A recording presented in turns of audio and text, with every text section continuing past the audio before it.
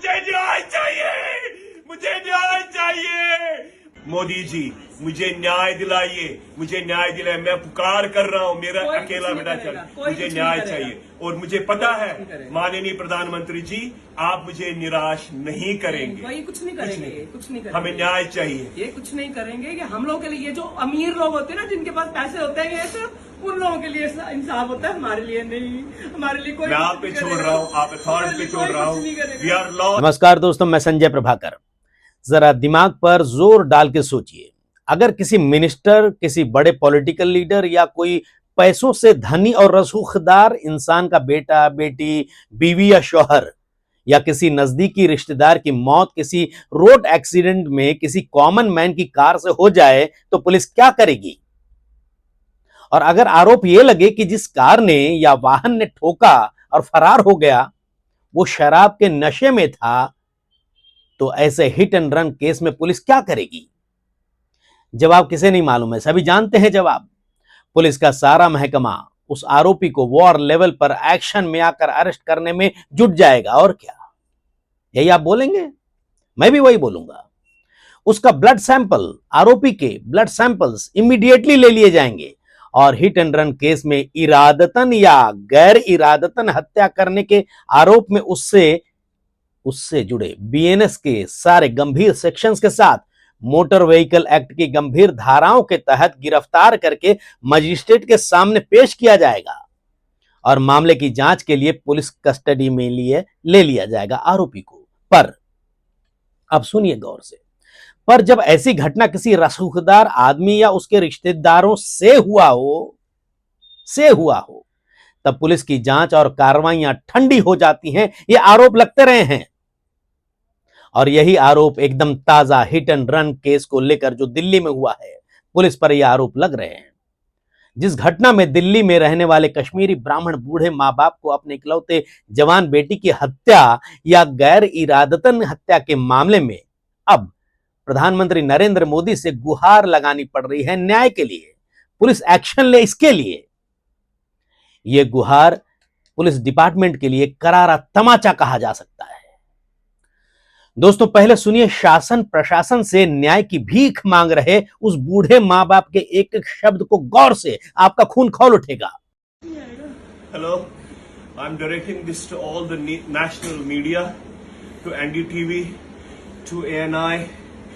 I am requesting everybody, to police authorities. I want this message to go global.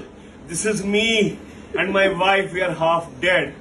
Our only child, 33-year-old son, was killed in hit and run case on 25th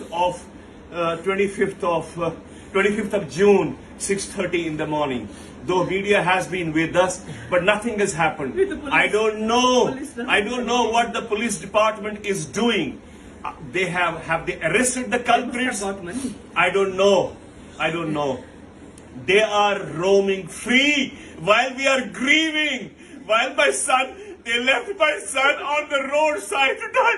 Well, these killers are out on the road roaming free. प्रधानमंत्री जी कहाँ हो आप? माननीय प्रधानमंत्री जी कहाँ हो आप? अमित शाह जी कहाँ हो आप? कमिश्नर साहब आप कहाँ हो? रेखा गुप्ता जी आप कहाँ हो? बड़ी बड़ी बातें करते हो। मेरे बेटे को न्याय चाहिए, मुझे न्याय चाहिए, मुझे न्याय चाहिए। मुझे शायद अकेले करना पड़े, अपने वाइफ के जेवर बेचूंगा, मकान बेचूंगा। I want those killers behind the bars to be hanged to death. Nobody comes to us. It's only the media with my folded hands. Guys, you are with us, with the common people. Nobody is with us. No authorities. माननीय प्रधानमंत्री जी, हम कश्मीरी पंडित हैं। क्या मुझे आपको बोलना पड़ेगा माननीय प्रधानमंत्री जी कि हमारे साथ क्या हुआ? मेरे माँ बाप मर गए, हमारा घर जला दिया गया, उनकी वो ये दुख सहन नहीं पाए, फिर भी हम आगे बढ़े, कुछ नहीं किया। और अब ये मेरा अकेला बच्चा, माननीय प्रधानमंत्री जी, अकेला बेटा, जो 2 ड्रंकर्स एंगेजमेंट पार्टी के बाद निकले थे, शराब पी के मेरे बेटे को हिट करके चले गए। पुलिस ने उनको क्यों नहीं अरेस्ट किया अभी तक? हमें क्यों नहीं कुछ बताया जा रहा है? खाली सांत्वना दे रहे, हो रहा है। ब्लड टेस्ट के लिए 50 घंटे के बाद आप उनका ब्लड टेस्ट लेने जा रहे हैं। मेरे को प्लीज कोई बताए, मैं थोड़ा बहुत ही पढ़ा लिखा हूं, बहुत ही। Can somebody tell me how you can get the alcohol contents in the blood post 50 hours? कोई मुझे बताएगा? मुझे आप सबसे विनती है, मेरे बेटे को न्याय चाहिए। इसके लिए मैं कुछ भी करने को तैयार हूं, मैं आप सबसे निवेदन करता हूं, कमिश्नर साहब, दिल्ली के पुलिस कमिश्नर साहब, रेखा गुप्ता जी, चीफ मिनिस्टर माननीय अमित शाह जी और माननीय प्रधानमंत्री मोदी जी, मुझे न्याय दिलाइए। मैं पुकार कर रहा हूं, मेरा अकेला बेटा चल, मुझे न्याय चाहिए। और मुझे पता है माननीय प्रधानमंत्री जी, आप मुझे निराश नहीं करेंगे। वही कुछ नहीं करेंगे। हमें न्याय चाहिए। ये कुछ नहीं करेंगे कि हम लोग के लिए, ये जो अमीर लोग होते हैं ना, जिनके पास पैसे होते हैं, ये सिर्फ उन लोगों के लिए इंसाफ होता है, हमारे लिए नहीं। हमारे लिए कोई, मैं आप पे छोड़ रहा हूँ, आप अथॉरिटी पे छोड़ रहा हूँ। We are law abiding citizens, we are tax payers, law abiding citizens है, टैक्स पेयर्स है। मुझे आप सबसे रिक्वेस्ट है, मेरे बेटे को न्याय दिला दीजिए। मुझे अकेला जो करना पड़े मैं करूंगा। बहुत धन्यवाद आपका, बहुत धन्यवाद। इन्होंने कुछ नहीं करना। अपराध के कई मामलों में पुलिस की भूमिका पर गंभीर सवाल खड़े होते आए हम आए दिन खबरों में देखते हैं, पढ़ते हैं। क्या यह कानून की नजर में, न्याय की नजर में अत्याचार नहीं है? सवाल है। पुलिस एट्रोसिटी नहीं है? पुलिस क्या अत्याचार नहीं है? सवाल है। चुनौती देने पर अदालत इस पर फैसला कर सकती है। तो दोस्तों, इस घटना की जानकारी आपको जरूर होगी। जो खबरें मीडिया रिपोर्ट्स में आ रही हैं, उनके हवाले से मैं एक बार फिर से आपको घटना की जानकारी शॉर्ट में बता देता हूं, और उसके बाद ऐसी घटनाओं में कैसी धाराएं लगनी चाहिए, सजा के क्या प्रावधान हैं, और अगर पुलिस ने अनदेखी की तो इसमें क्या करना चाहिए, इस पर बात करेंगे। दोस्तों, खबरों के मुताबिक 25 जून की सुबह की बात है, अभी 4-5 दिन पहले की बात है। ठीक 6:30 पर सुबह करीब दिल्ली का पॉश इलाका कहा जाने वाला वसंत कुंज और राजाकरी फ्लाईओवर एक ऐसे खौफनाक मंजर का गवाह बनता है जिसे देखकर किसी भी सेंसिटिव इंसान की रूह कांप जाए। लेकिन इस देश की प्रशासनिक व्यवस्था और पुलिसिया तंत्र का जमीर टस से मस नहीं होता है, ये आरोप लग रहे हैं। जहां एक 34 साल का जवान कश्मीरी पंडित नौजवान सार्थक मट्टू अपने सिर पर हेलमेट लगाए पूरी कानूनी मर्यादा के साथ अपनी बाइक पर सवार होकर सुबह सुबह अपने काम पर नोएडा की तरफ जा रहा था, तभी पीछे से रफ्तार के जानलेवा नशे में चूर, ये आरोप लग रहे हैं। उसके हिसाब से जो खबरें आ रही है उसके हिसाब से मैं बोल रहा हूं। सत्ता और पैसे की हनक से अंधी हुई एक काली महिंद्रा थार आती है और बिना किसी इंडिकेटर के, बिना किसी मानवीय संवेदना के अचानक एक ऐसा खतरनाक टर्न लेती है कि सार्थक की बाइक हवा में उछलकर सीधे फ्लाईओवर के नीचे जा गिरती है और सार्थक का पूरा जिस्म सड़क पर लहूलुहान होकर तड़पने लगता है। लेकिन वो थार सवार गाड़ी को रोकने की जहमत तक नहीं उठाते। वो उस तड़पते हुए नौजवान को सड़क पर तड़प तड़प कर दम तोड़ने के लिए लावारिस छोड़कर वहां से भाग जाते हैं, क्योंकि उनके दिमाग के किसी कोने में शायद ये गुमान था कि भारत का लचर प्रशासनिक ढांचा और अदालत की तारीखें आम इंसान को थका देंगी, शायद।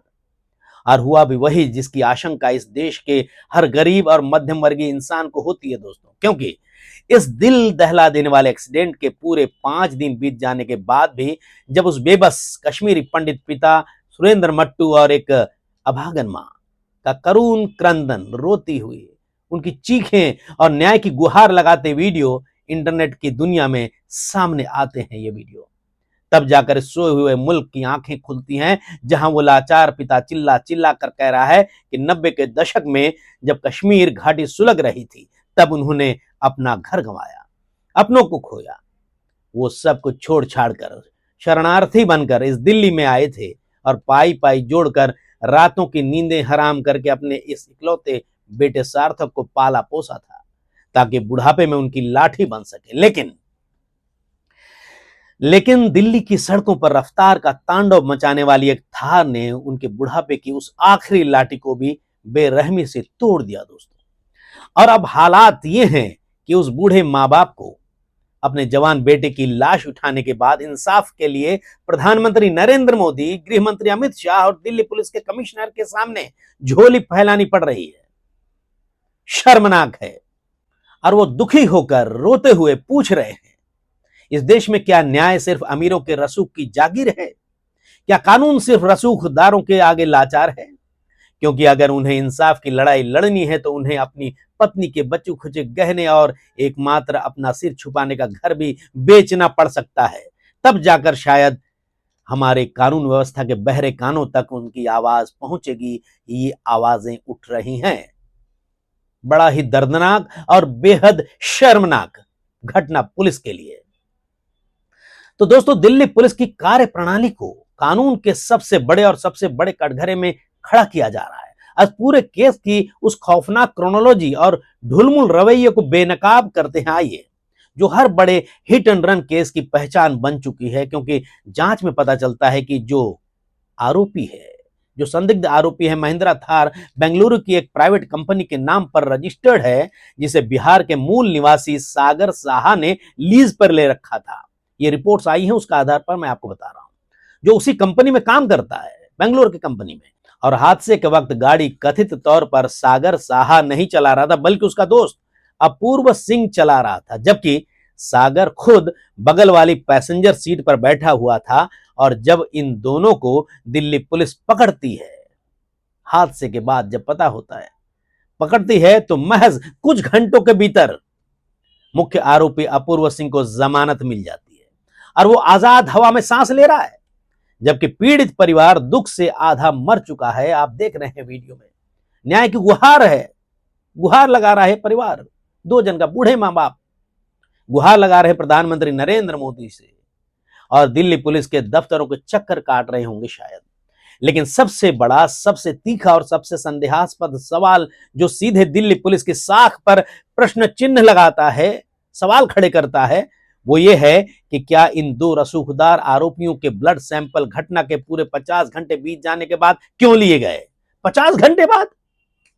आखिर वो कौन सी लापरवाही थी या वो कौन सा दबाव था जिसके चलते दिल्ली पुलिस के जांच अधिकारियों ने पूरे 50 घंटे का वक्त गंवा दिया? क्योंकि मेडिकल साइंस का एक एक पन्ना चिल्ला चिल्ला कर कहता है कि इंसानी शरीर में जाने के बाद अल्कोहल की मात्रा सिर्फ 12 से 24 घंटे के भीतर पूरी तरीके से मेटाबोलाइज हो जाती है। यानी खून से, ब्लड से शराब का एक एक कतरा साफ हो जाता है 24 घंटे के बाद, ये कहा जाता है।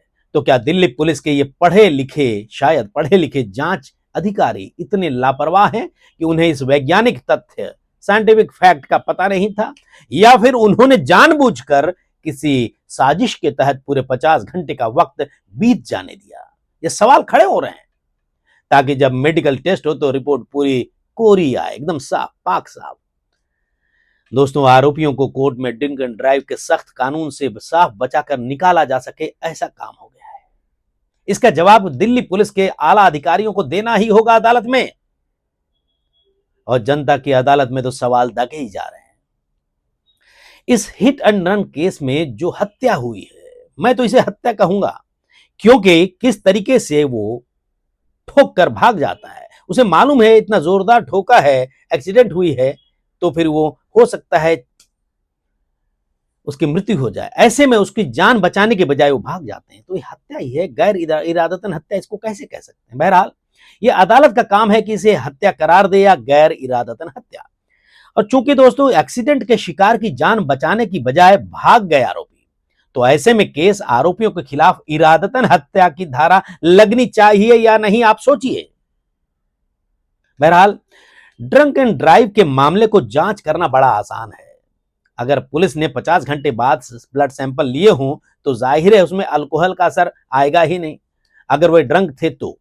लेकिन उनके फोन के लोकेशन, उनके ऑनलाइन पेमेंट डिटेल्स, अगर वो किसी बार में, रेस्टोरेंट में गए हैं और शराब पिए, वहां पेमेंट हुई होगी, सीसीटीवी कैमरे में सारे फुटेज मिल सकते हैं। बहुत आसान है पता करना पुलिस के लिए। कार के मूवमेंट के सीसीटीवी एविडेंस कलेक्ट करना मुश्किल बिल्कुल नहीं है। अगर पुलिस किसी दबाव में ना आए तो बहुत आसान है। जरा सोचिए दोस्तों कि देश के गृह मंत्री संसद के पटल पर खड़े होकर देश को यह दिलासा देते हैं कि हम अंग्रेजों के जमाने के आईपीसी को उखाड़ कर फेंक रहे हैं और नया कानून यानी भारतीय न्याय संहिता बीएनएस लेकर आ रहे हैं, जिसके तहत हिट एंड रन के मामले में पूरे 10 साल की कड़ी सजा का प्रावधान किया गया है, ताकि सड़कों पर गुंडागर्दी करने वालों के दिलों में खौफ पैदा हो सके। लेकिन जमीनी हकीकत पर जरा नजर डालिए, है ना। दिल्ली पुलिस ने इस पूरे मामले में नए कानून के साथ जो प्रावधान है उसको लागू करने में इतनी ढिलाई क्यों बरती? क्योंकि अगर पुलिस के भीतर जरा सी भी सेंसिटिविटी होती, संवेदनशीलता बची होती, तो वो इस मामले में भारतीय न्याय संहिता की उन तमाम धाराओं को इतनी कड़ाई से लागू कर सकती थी कि मिसाल बन सकती थी। और यहां सबसे पहले सेक्शन बीएनएस के सेक्शन 1061 लागू होती है, जो लापरवाही से वाहन चलाकर किसी मासूम की जान लेने के लिए बनी है और जिसमें 5 साल तक की कैद का प्रावधान है। लेकिन चूंकि यह जमानती धारा है, इसलिए पुलिस इसी का सहारा लेकर आरोपियों को जमानत का आसान रास्ता दे देती है, जबकि इस केस में साफ तौर पर धारा सेक्शन 1062 बीएनएस को मुख्य आधार बनाया जाना चाहिए था, जो यह कहती है कि अगर कोई शख्स रैश ड्राइविंग करता है, लापरवाही से वाहन चलाकर किसी की मौत का कारण बनता है और घटना के तुरंत बाद पुलिस अधिकारी या मजिस्ट्रेट को रिपोर्ट किए बिना मौके से फरार हो जाता है, तो उसे पूरे 10 साल तक की कैद और भारी भरकम जुर्माना से दंडित किया जा सकता है। और चूंकि ये दोनों आरोपी सार्थक मट्टू को तड़पता छोड़कर भागे, इसलिए इन पर यह सख्त धारा 1062 पहले दिन ही बिना किसी रियायत के प्रभावी हो जाने चाहिए थी और यह धारा लगनी चाहिए थी। क्यों नहीं लगाई गई, ये सवाल उठेंगे अदालत में। इसके साथ ही सार्वजनिक मार्ग पर, पब्लिक रोड पर मानव जीवन को खतरे में डालकर रैश ड्राइविंग के लिए धारा 281 बीएनएस को जोड़ा जाना चाहिए था और मोटर व्हीकल एक्ट के सेक्शन 185 के तहत मुकदमा भी दर्ज होना चाहिए था। लेकिन पुलिस की घोर लापरवाही और जानबूझकर की गई 50 घंटे की देरी ने ब्लड सैंपल लेने में जो देरी हुई, इन तमाम सख्त कानूनी प्रावधानों को एक मजाक बनाकर रख दिया है। शर्मनाक है। अब क्या क्या सेक्शंस लगाए गए हैं एफआईआर में, ये जांच का विषय है, लेकिन जो रिपोर्ट्स आ रहे हैं उसके आधार पर मैं आपसे बात कर रहा हूं दोस्तों। क्या इस मामले में उस पुलिस स्टेशन के ड्यूटी ऑफिसर और स्टेशन इंचार्ज के खिलाफ केस नहीं बनता?